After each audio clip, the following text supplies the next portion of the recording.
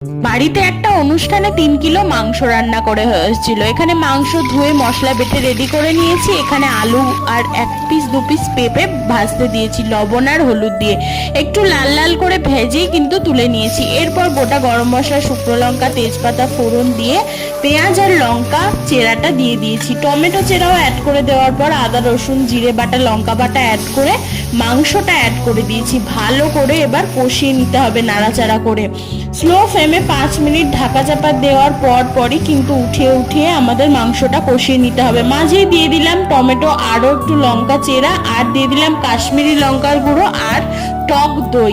এখানে 100 গ্রাম মতো দই আছে। তারপরে কষানো হয়ে গেছে, কষানোর পর দিয়ে দিলাম ভেজে রাখা আলুগুলো দেওয়ার পর 10 মিনিট আরও কষিয়ে দিয়ে দেবো গরম জল দিয়ে প্রায় আধ ঘন্টা ঢাকা দিয়ে সেদ্ধ করা হয়েছিল। তারপরে ব্যাস আমাদের সফট টেস্টি